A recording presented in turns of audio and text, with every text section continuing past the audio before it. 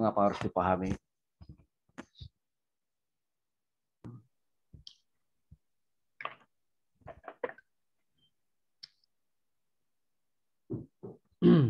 Mengapa harus dipahami?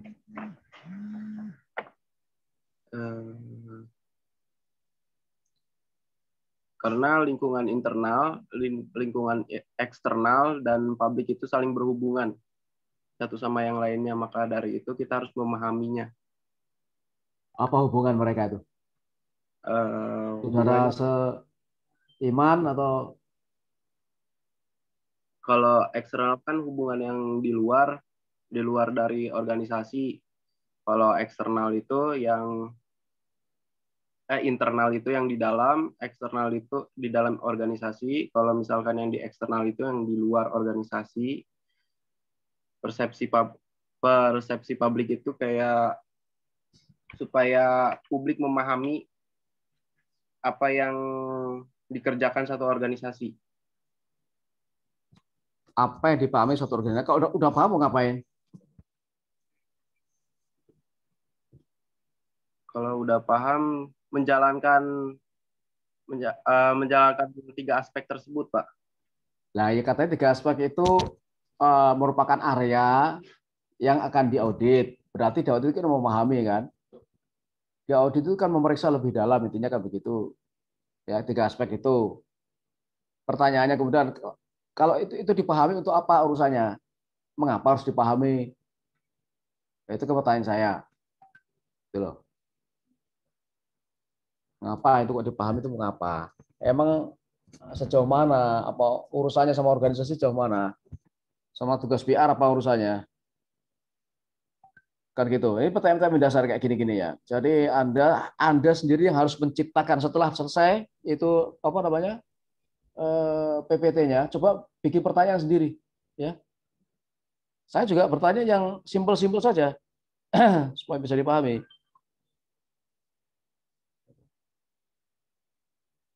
Ya, coba kenapa itu harus dipahami?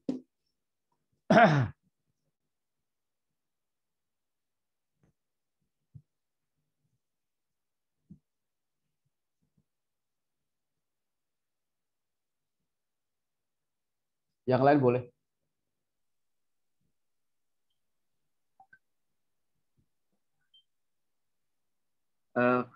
Karena supaya terciptanya iklim kerjasama yang baik. Dengan begitu kegiatan operasional organisasi berjalan dengan baik, begitu Pak. Ada yang setuju dengan Rashid atau mau nambah?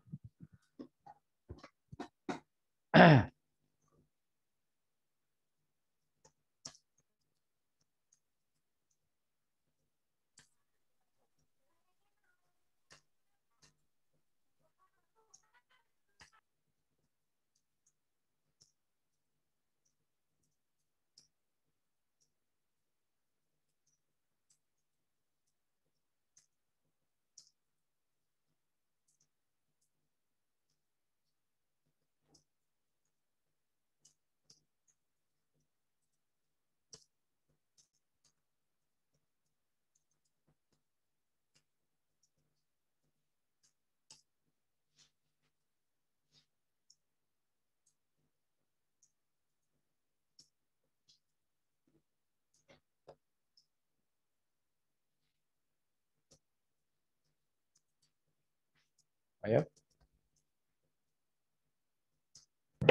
Izin menjawab, Ya. Pak. Oke. Iya, mungkin untuk 3 aspek ini kenapa kita harus memahaminya, karena organisasi kan akan melakukan yang namanya strategi perencanaan, Pak. Nah, kenapa melakukan strategi perencanaan itu untuk mewujudkan tujuan yang sudah diatur atau disepakati di awal. Seperti itu, Pak. Terima kasih.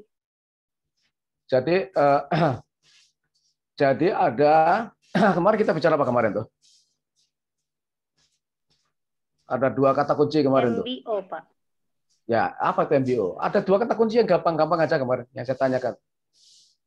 Apa? Ada 2 kata. Tujuan dan sasaran. Nah. Dan sasaran. Tujuan itu bahasa Inggrisnya apa? Goals. Goals ya. Kemudian kalau sasaran? Target. Hah? Target. Ya, target ya. Masih ingat kayak kalau tujuan tujuan itu gimana, goals itu yang gimana? Kira-kira yang gimana secara umum memahaminya?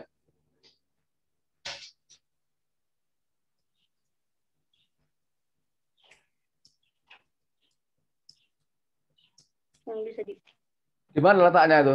Goals itu di mana letaknya? Di mana letaknya? Konsep ya Pak. Iya, di mana letaknya? Di persepsi publik sama lingkungan eksternal. Tunjuk di mana? Tunjuk di mana? Visi misi bukan Pak? Sini, ya kan? Kan sesuai dari saya kemarin. Tuh, lihat tangan saya ini. Di sini. Abstrak.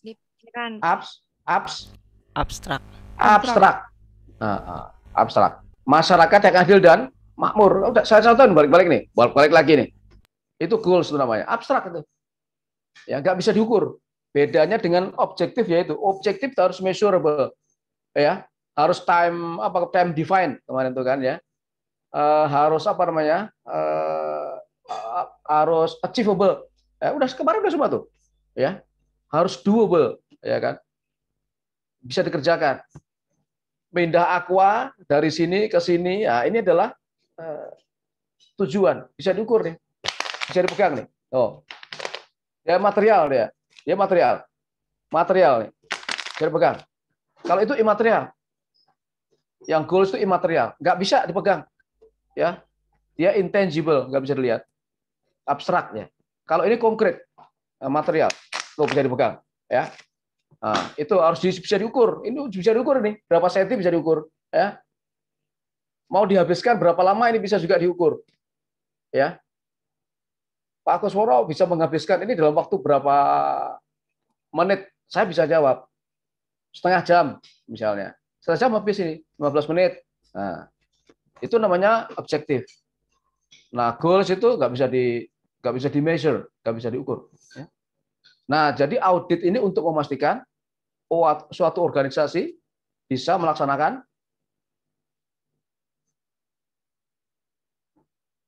bisa mewujudkan goals dan target dan objektifnya. Ya, begitu. Termasuk di atasnya ada vision, ada mission. Karena vision, mission itu ya diturunkan jadi objektif, jadi goal, terus jadi objektif gitu loh. Nah, ini dalam rangka untuk itu. Bisa nggak kita nyampe ke sana? Kira-kira begitu loh. Kalau kita udah merumuskan goals-nya kayak begini, objektifnya kayak begini, kira-kira bisa nggak nyampe ke sana kita? Gitu loh. Ya. Pertanyaannya tidak sederhana, tidak sekedar bisa atau tidak bisa. Pertanyaan itu jawabannya tidak sederhana. Tidak sekedar bisa atau tidak bisa. Tetapi juga karena prosedur untuk menjawab itu ada prosedurnya. Ya. Jangan mengagumi saya, hanya melihat saya dan tersenyum-senyum ya. Nah, tapi pastikan apa yang saya sampaikan ini Anda bisa paham tuh. Ya. Jadi ini bukan untuk menyaksikan hiburan ya. Nah, ingat ini, nanti ini ujungnya akan sampai ke UTS atau UAS ya. Jadi tolong perhatikan betul yang saya sampaikan tuh. Jadi gitu. Untuk memastikan bahwa terutama ya dalam hal ini yang lebih dekat dengan activity itu adalah goals dan objektifnya bisa diwujudkan, bisa dicapai, bisa diimplementasikan, bisa direalisasikan. Untuk menjawab setelah dirumuskan antara goals dan objektif tentu saja tidak sekedar dirumuskan. Karena itu goals dan objektif itu adalah fungsinya adalah memberikan semacam guidance. Kemarin dibilang guidance tuh. GPS-nya. Ya, jadi kalau Anda misalnya mau sampai ke objektifnya atau mau sampai ke misalnya ke Kota Tangerang gitu ya. Maka setelah ditetapkan di dalam hati, dalam pikiran, kemudian dalam dokumen mau ke sana. Ya, itu tentu harus dipastikan kita bisa sampai ke sana. Gitu. Diukurlah macam-macam itu. Motornya pakai kendaraan apa? Punya motor kita. Motornya ada rodanya, jangan nggak ada rodanya lagi. rodanya ada, mesinnya ada, nggak ada bensinnya ya bisa jalan lah. Makanya diaudit tuh motor itu. Alat itulah yang kita mau pakai ke sana. Internal kita itu, umpamanya tuh. Ya. Motornya ini kayak apa? Motornya. Kalau kita pastikan pakai motor tuh. Mesinnya oke nggak? Bisa jalan nggak? Coba dulu barangkali. Ya tuh. Coba dulu. Bensinnya dicek.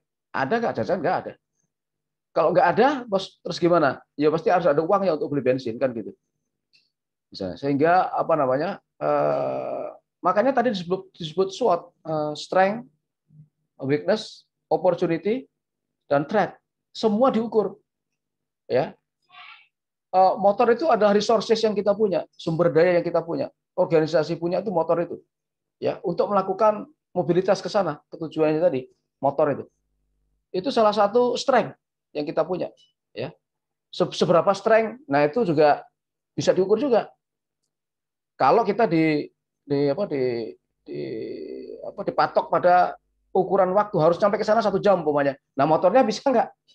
Gitu umpamanya. Motor ada bisa jalan, tapi kalau ditarget 1 jam, kira-kira apa bisa dengan motor ini? Oke, motornya bisa, bagus motornya. Ya kan, motornya bagus. Bensinnya cakep, ya. Lampunya nyala, remnya oke. Helm ada, jaket ada, sepatunya ada, semua ada. Yang naik motor itu juga resources. Bisa nggak mengendarai motor? Bisa. Oke semua berarti. Ya. Persoalannya 1 jam ke sana itu secara kalau sepi sama sekali nggak masalah, bahkan 30 menit. Persoalannya di tengah jalan begitu kita keluar, nah eksternal udah nih. Eksternal. Nah, begitu kita keluar, faktor-faktor eksternal itu banyak sekali. Banyak sekali. Yang berupa opportunity dan apalagi yang di luar itu namanya apa? Opportunity dan threat. Itu di luar. Kalau yang di dalam yang bisa kita kendalikan adalah Kekuatan dan kelemahan. Nah, itu bisa kita kendalikan. Itu ada di dalam kontrol kita. Tapi begitu opportunity dan threat itu di luar kita. Ya. Tidak bisa kita kendalikan. Gitu. Yang bisa kita peluang bisa kita manfaatkan. Kalau ancaman bisa kita atasi dengan kondisi-kondisi tertentu, syarat-syarat tertentu.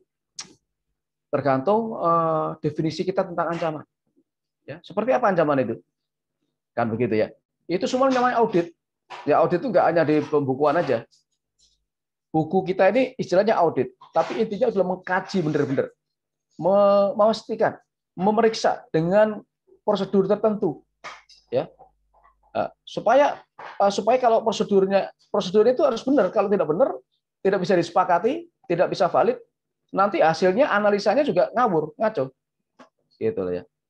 Seperti itu. Karena kita bicara makin gede organisasi, maka metodologinya harus makin sahih, ya. Supaya didapat hasil yang semakin baik.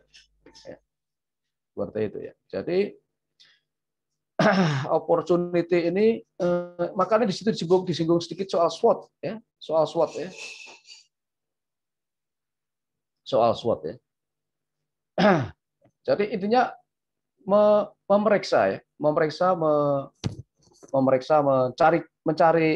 menyisir ya. Menyisir itu mencari inci per inci, senti per senti, mili per mili ya. Setiap mili persegi, senti persegi ya. Inci persegi, meter persegi, ya di area-area semua area, nah, diperiksa semua area mana yang bisa merupakan strength atau kekuatannya di mana, kemudian kelemahannya di mana, supaya bisa mencapai objektif tadi. Seorang manajer PR dituntut untuk mampu melakukan adjustment ya, suatu menyesuaikan. Semua 3 aspek tadi disesuaikan, disesuaikan ya, diharmonisasikan ya. Kelemahan mungkin tidak bisa semua dihilangkan ya, meskipun itu berada dalam ranah kontrol organisasi ya. Kemudian kekuatan juga bisa jadi tidak sepenuhnya bisa dilakukan, tidak sepenuhnya bisa dimaksimalkan. Bisa jadi tidak bisa dimaksimalkan dengan sebab tertentu. Nah gitu ya. Nah kalau peluang itu harus diambil, dimaksimalkan. peluangnya harus dimaksimalkan. Nah, kemudian kalau ancamannya harus dikurangi, diatasi, dikurangi dengan berbagai macam cara. Gitu. Ada pertanyaan?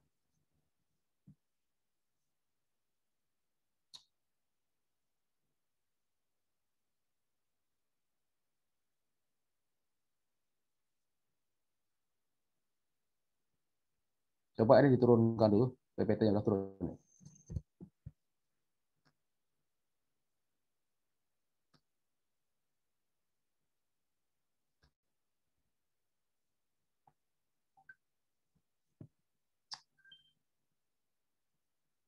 Strength itu nggak harus material ya, nggak harus material, bisa imaterial. Ya.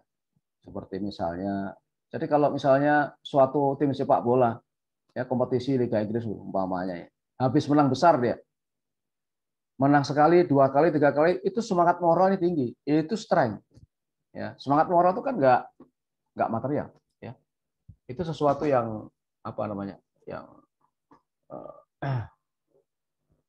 apa yang bisa menjadi motivasi untuk motivasi tim, moralisasi tim. Ya. Nah, tim yang solid umpamanya, ya soliditas itu kan juga tidak material ya, tapi ada di semangat masing-masing individu. Jadi kalau ada punya tim pemasaran misalnya yang apa namanya, yang solid, saling mengisi, ya lengkap, ya kayak pemain bola. Ya, belakang ada jadi kiper, kipernya tangguh juga, ada defender, belakang back, ya. Seperti itu, masing-masing memerankan fungsinya. Seperti orkestra, ya, atau musik yang banyak tapi bisa saling mengisi, mengharmonisasi, ya, dan sebagainya. Nah itu bagian dari strength. Ya. Nah itu harus dimaksimalkan, ya. Harus dimaksimalkan. Reputasi yang baik, kepercayaan publik umpamanya, penguasaan teknologi, peralatan, ya. Terus hubungan yang baik dengan customer, itu juga strength. Ya, dengan itu strength. Terus kemudian anggaran Anda yang besar, punya anggaran gede banget, itu juga strength. Dan sebagainya. Itu kekuatan. Weakness itu yang memberikan beban terhadap perusahaan atau organisasi. Ya utang bisa jadi. SDM yang loyo, moralitasnya rendah, maling semua, udah. Weakness. Nggak punya motivasi, kerjanya nggak jelas. Ya, sistem pengelolaan SDM yang kacau, nah itu juga kelemahan. Ya. Kemudian apa? Kepemimpinan yang buruk, leadership yang buruk, ya. Ngasih apa perintah paginya apa namanya? Paginya nasi, sorenya bubur. Nah, kacau juga. Mana dipercaya nih Pak ngomongnya Pak, Bapak nggak jelas ngomongnya. Ya. Itu leadership yang buruk. Ya. Anak buahnya suruh kerja, dia enak nongkrong-nongkrong aja misalnya dan sebagainya. Nggak ada contoh, nggak ada example. Leadership by example, nggak ada. Itu juga masalah. Ya. Itu weakness juga. Nah, bagaimana mengatasinya tidak selalu mudah. Ya, weakness ini juga tidak begitu mudah. Ya. Nah, kalau yang suruh jadi direktur itu anak buahnya wali kota, bupati gimana? Umpamanya. Ya. Siapa yang mau ganti dia? Ya, umpamanya. Ya udah, dikira aja tiap hari, ya tuh. Mudah-mudahan bisa makan besok dan seterusnya. Ya. Itu contoh ya. Jadi tidak juga meskipun weakness itu dalam kontrol perusahaan, tapi faktualnya bisa jadi itu tidak mudah untuk dipahami. Tapi intinya itu jurus-jurusnya ya. Weakness itu dan strength itu berada di dalam kontrol suatu organisasi. Ya, yang paling mudah untuk disentuh lebih dulu, ya, ditangani lebih dulu ya dua ini. Ya. Dua ini. Ada pertanyaan?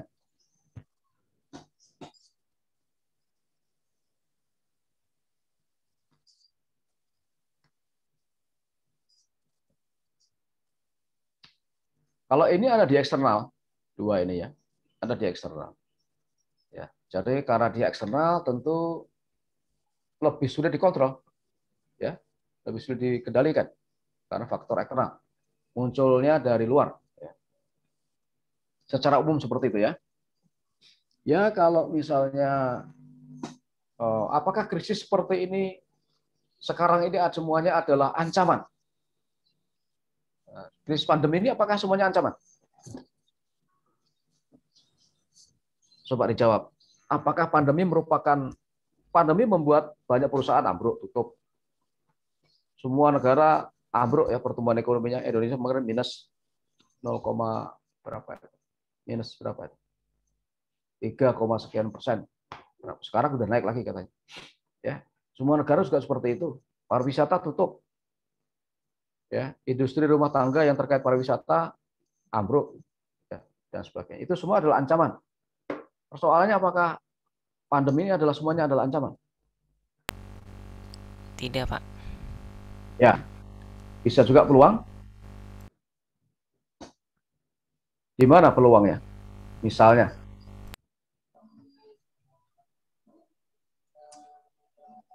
apa jenis usaha yang masih terus eksis umpamanya di era pandemi? Netflix, Pak. Apa itu? Aplikasi untuk nonton film. Online Ya. shop, Pak. Netflix, terus Ya, meeting, ya, bisnis yang berbasis berbasis online, Daging. Pak. berbasis online dan Digital. iya, tinggi terus. Telkomsel barangkali juga panen untung karena beli pulsa mulu kalian kan, mau daring sama saya beli ya kan, beli kuota terus ya. Itu juga Zoom ini pun barangkali sebentar lagi dia akan rugi nih. Kalau vaksinasi udah selesai, orang sehat semua nggak pakai Zoom lagi. Mungkin menurun paling tidak kan? Paling tidak dia menurun. Paling tidak. Nah, kan? Zoom ini kan tiap hari kita pakai ini. Boro-boro kita baru kenal setelah ada pandemi ini kan. Ya kan? Nah, mungkin dia akan justru ketika pandemi tidak ada bisa jadi itu merupakan ancaman bagi Zoom. Ya, perusahaan Zoom ini. Bisa jadi, ya. Nah, tapi di balik itu juga mungkin ada peluang juga, ya. Nah, kita tidak tahu. Itu yang harus dikaji.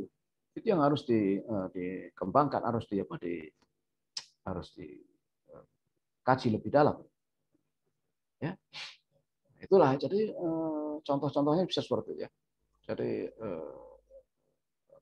ini juga ya berbasis daring termasuk berarti industri pengantaran, bisnis pengantaran yang paket itu tiap hari ada di rumah nih ya, misalnya, dia juga tumbuh itu, ya, karena orang sekarang nggak mau makan di restoran, nggak mau ini, ya, termasuk ya Gojek online dan sebagainya, Gojek sama Grab, gitu. Ya, paket pengiriman paket dan sebagainya itu juga berkembang, ya, saya tidak tahu persis angkanya, ya, tapi mungkin itu berkembang, ya,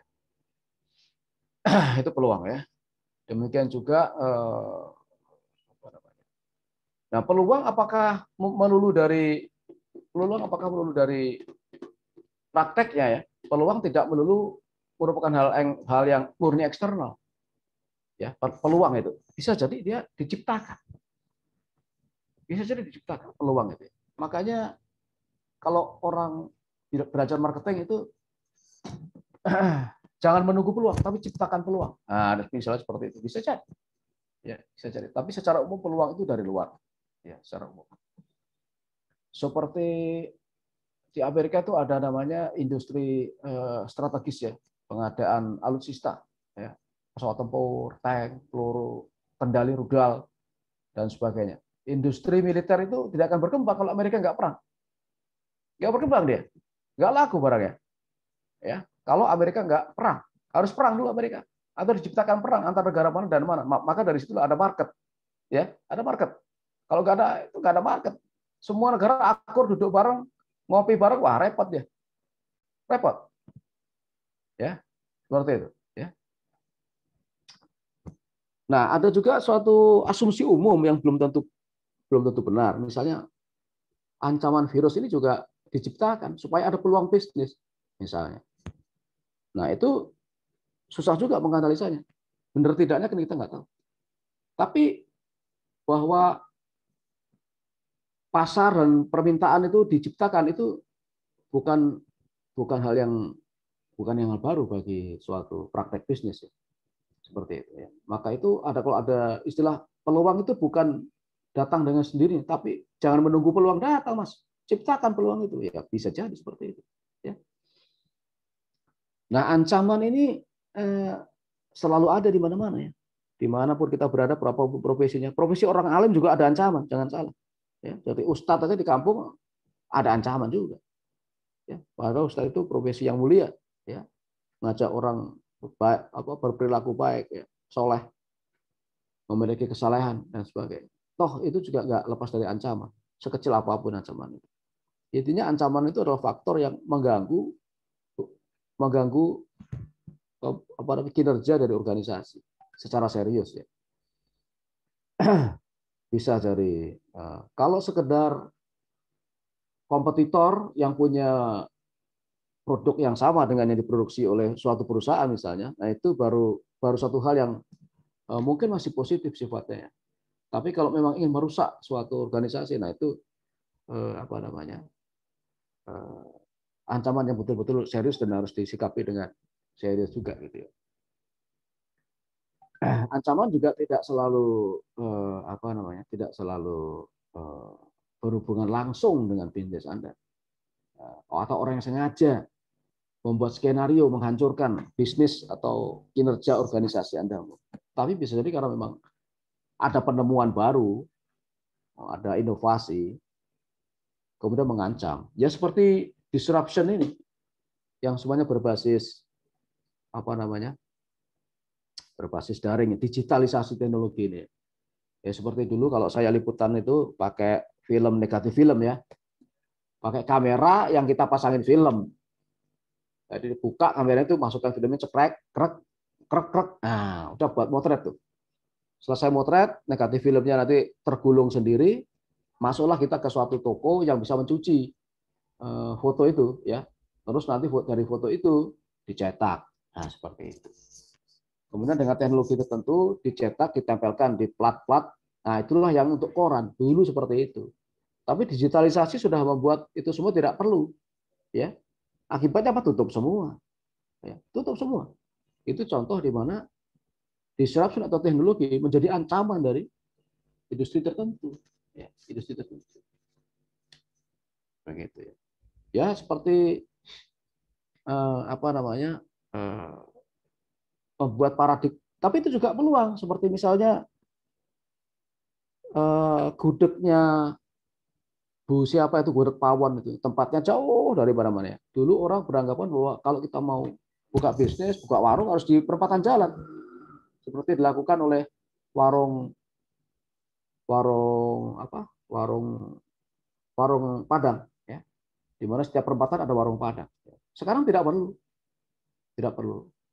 Hari Jumat yang lalu saya ke daerah yang jauh sekali di kota Tangerang Selatan ya. Di suatu kampung yang jauh sekali di situ. Saya ngobrol sama penerima bantuan sosial di situ, dan para tetangga bilang bahwa di sekitar sini ini ada gang masuk sekali. Itu banyak mobil mewah datang ke situ, dan itu rata-rata artis menurut mereka ya. Ternyata ada warung di situ tuh, dan tidak secara rasanya tidak mungkin sulit dipahami kalau warung itu bisa laku gitu ya. Nanti itu karena keunggulan teknologi ya, terutama aplikasi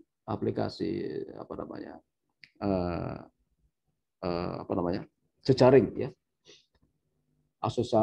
aplikasi berjejaring itu yang membuat bisa dikenal usahanya. Jadi sekarang untuk buka warung tidak perlu, barangkali tidak sepenuhnya perlu menyewa gedung-gedung bertingkat ya, yang harganya mahal, sewanya mahal.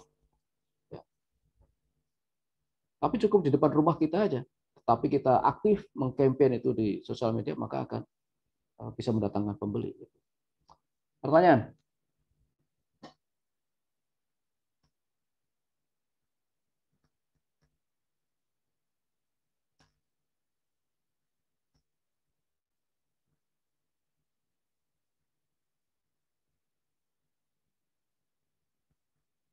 Nah, sekarang apa hubungannya ini dengan PR?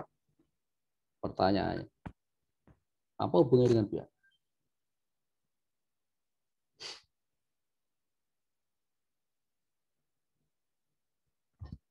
Apa hubungannya dengan PR?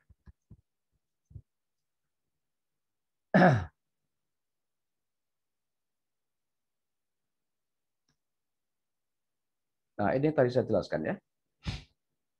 Nah, jadi PR juga bisa melakukan tahapan-tahapan. Itu dari awal kita kan rumus strategik. Strategik itu pasti ada tahapan-tahapan.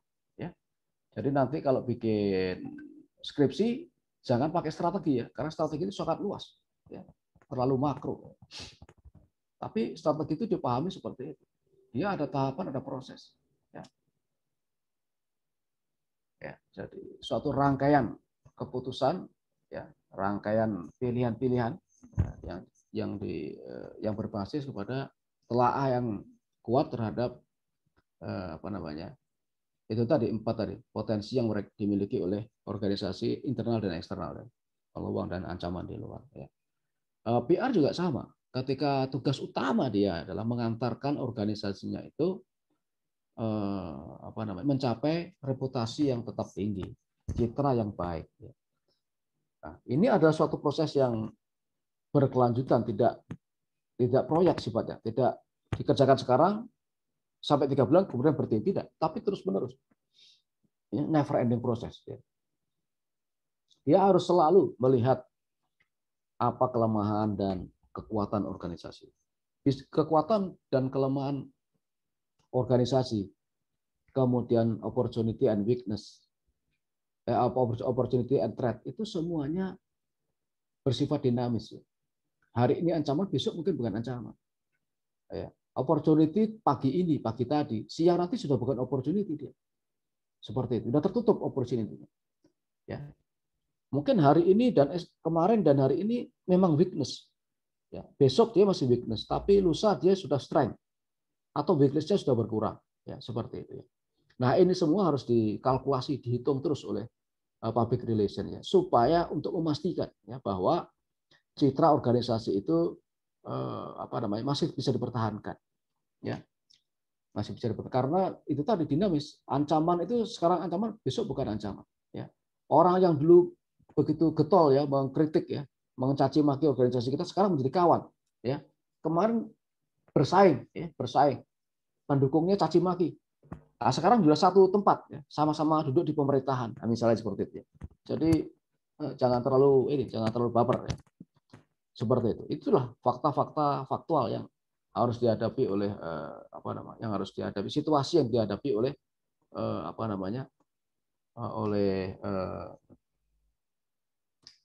oleh public relation, ya, sehingga harus terus melakukan telaah ya terhadap 4 aspek tadi. Ya.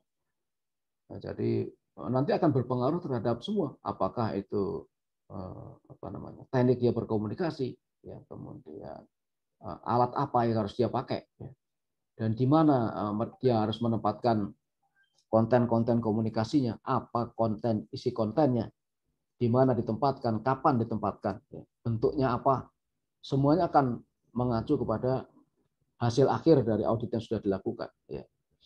Bisa setiap hari, bisa seminggu sekali, sebulan sekali, 6 bulan sekali, dan seterusnya. Itu audit yang harus dilakukan, termasuk diantaranya dengan riset. Ya. Termasuk dengan riset. Riset itu adalah alat untuk bisa memetakan, ya, memetakan di mana letak strength and weakness dari organisasi dan opportunity and threat dari organisasi. Gitu. Ya. Pertanyaan?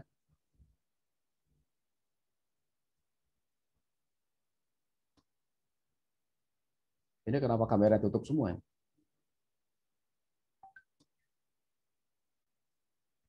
Ada pertanyaan? Silakan.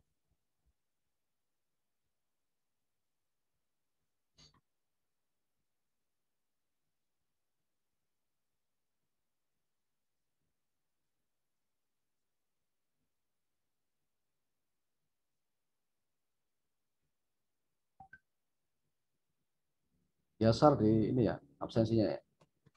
Iya, Pak.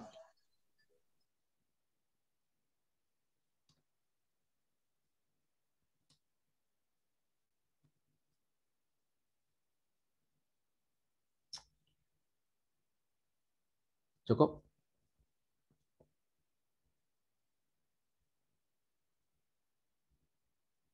Untuk yang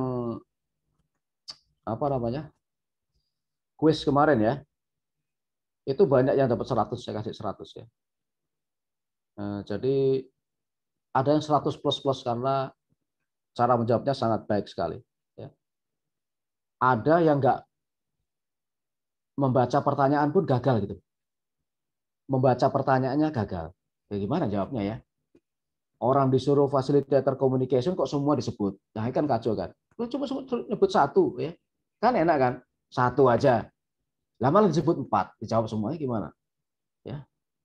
Itu kan. Ada yang jawabnya malah ngaco kemana-mana. Nah, ini memahami pertanyaan saja sudah gagal ya. Mau apa lagi? Nanti jangan nyalain saya, itu kayak gitu ya. Terus yang jamnya kelewat nggak saya nilai. Jamnya jangan kelewat ya. Kelewat 1 menit nggak saya nilai. Ya, nggak kasih nilai. Makanya jangan kelewat. Makanya saya kasih tahu berhari-hari sebelumnya, ya. Untuk cari tempat yang garanti bahwa itu koneksinya bagus. Saya harus dijamin bagus. 1, 2. Makanya sama Yasar saya kasih tahu tuh. Yasar kalau jam berapa kemarin? Jam 8, jam 4 ya, jam 15.30 kasih tahu saya, Yasar. Oke Pak, karena saya juga sambil jalan tuh. Tapi soal udah saya siapin. Ya, kurang 1/4 saya suruh kasih tahu lagi. Kurang 5 menit saya suruh kasih tahu lagi. Yasar ya. Yasar melakukan dengan baik tugasnya itu. Baru saya kirim setelah itu. Ya. Nah, itu supaya kalian juga bisa preparing ya. Alat-alatnya, catatannya mana ya, udah ada di sini semua. Karena waktunya 30 menit. 30 menit itu anak yang cerdas ya sebentar sebetulnya. Sebentar.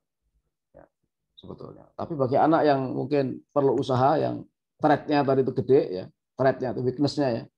Ya, harus persiapannya harus lebih ini gitu ya. Termasuk kalau kalian tiap hari di rumah itu koneksinya buruk ya pindah. Cari tempat lain. Ya, yang koneksinya bagus. Rumah tetangga kayak siapa, kayak terserah. Setengah jam doang, ya. Seperti itu ya. Ada pertanyaan?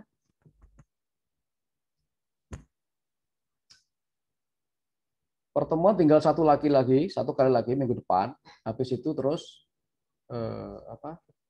UTS ya. Iya Pak. Nah, jadi perhatikan cara menjawabnya seperti itu ya. Jadi jangan langsung ke inti masalahnya. Ya. Jangan langsung ke inti masalah. Tapi ada tahapannya seperti itu. Nanti untuk UTS tidak saya kasih, Pak ada kisi-kisi, nggak ada kisi-kisi ya.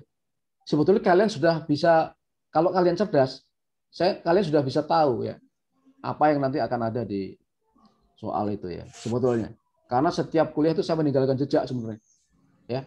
Saya meninggalkan jejak. Nah, jejak itu harus kalian baca, ya. Gitu aja ya. Kayak main detektif ini. Pokoknya gitu ya. Jadi nggak usah ini. Oh Pak Kusworo ini kayaknya ini nih nanti.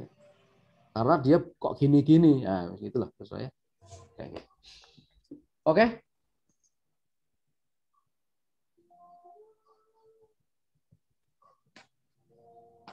Cukup ya? Iya, Pak. Jadi nanti soalnya belum saya kirim ya. Nanti saya kirimkan ya.